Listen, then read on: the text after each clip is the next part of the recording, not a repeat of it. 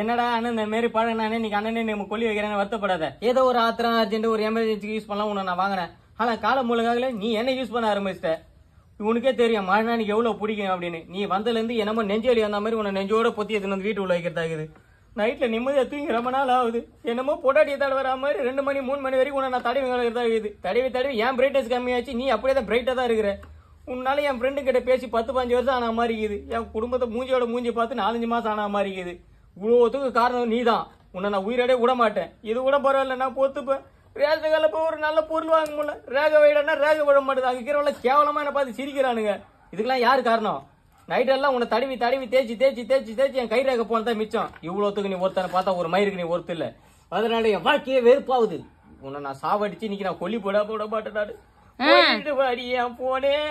கொல்லி வை உன் வேலை இருக்குன்னா நான் தான் டியூ கட்டுனுக்குறேன். உனக்கு போன் முக்கியமா புள்ளியோட